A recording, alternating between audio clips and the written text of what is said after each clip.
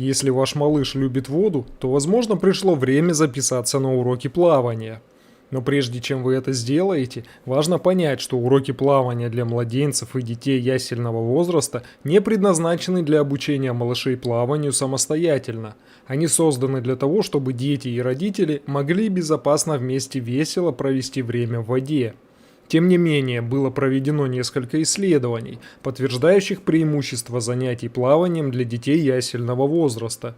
Некоторые даже предполагают, что когда маленький ребенок идет плавать с родителями, то риск несчастного случая снижается. Это определенно веский довод в пользу того, чтобы записать вашего ребенка в плавание как можно раньше. Обучение плаванию определенно не является обязательным для младенцев и детей ясельного возраста.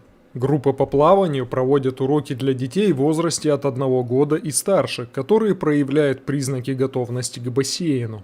Если ваш ребенок готов окунуться в нечто большее, чем ванна, обсудите тему уроков плавания с педиатром, который может дать вам рекомендации о том, каков ваш ребенок в эмоциональном и физическом развитии, и порекомендует подходящую программу. Возраст – это не единственный показатель того, когда ваш ребенок может быть готов к плаванию. Имейте в виду, что каждый ребенок будет готов плавать по своей временной шкале. Если ваш малыш часто находится в воде, будь то бассейн или пляж, физически скоординирован, чтобы он мог одновременно грести ногами и руками, и эмоционально готов, то есть не боится воды, все указывает на то, чтобы идти в плавание. В этом случае поищите программу подготовки к плаванию, которая научит его основным движениям. Например, как плавать и грести. Ищите классы менее 6 детей с инструкторами, сертифицированными в области сердечно-легочной реанимации, оказания первой помощи и безопасности на воде.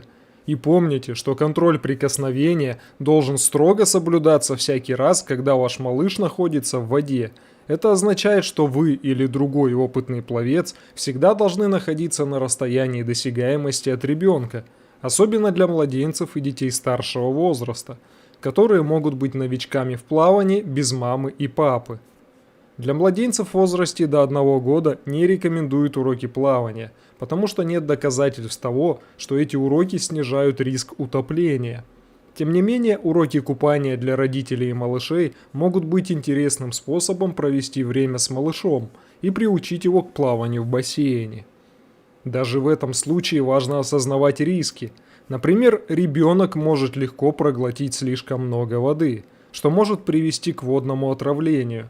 Или у него возникнут проблемы с приспособлением к холодным температурам в бассейне, а в редких случаях может возникнуть переохлаждение. Для детей в возрасте от 1 до 4 лет ищите программы по водным видам спорта для родителей и детей. Их предлагают многие бассейны, где инструкторами являются обученные профессионалы, которые никогда не позволят голове ребенка окунуться в воду. Для пловцов от 5 лет и старше, которые уже привыкли к воде, вы можете попробовать программы, в которых проводятся занятия для детей как с родителями, так и без них.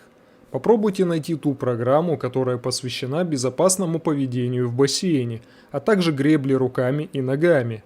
Есть занятия, которые длятся до 30 минут в течение 8-10 недель, чтобы дети могли развить базовые навыки и в конечном итоге перейти к координации движений рук и ног.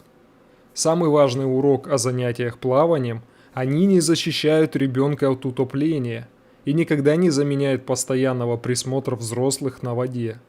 Родители должны всегда оставаться на расстоянии вытянутой руки, когда ребенок находится рядом или в водоеме, и внимательно следить за признаками утопления.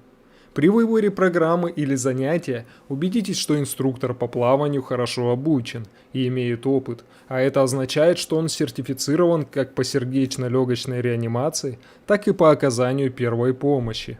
Поинтересуйтесь, сколько лет стажа у инструктора.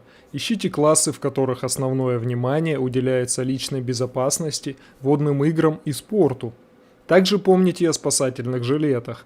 Детям, которые находятся в воде или рядом с ней, рекомендуется плотно прилегающий спасательный жилет в виде куртки.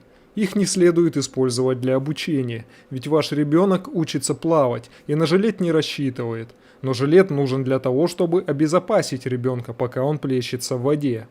Жилеты часто создают ложное чувство безопасности, поэтому вам все равно нужно быть на расстоянии вытянутой руки от вашего ребенка, когда вы купаетесь в бассейне, озере или на море. Когда вы знаете, на что обращать внимание на уроках плавания и принимаете надлежащие меры предосторожности, купание с малышом может быть полезным и даже расслабляющим, а не стрессовым опытом. Так что купайтесь и получайте удовольствие.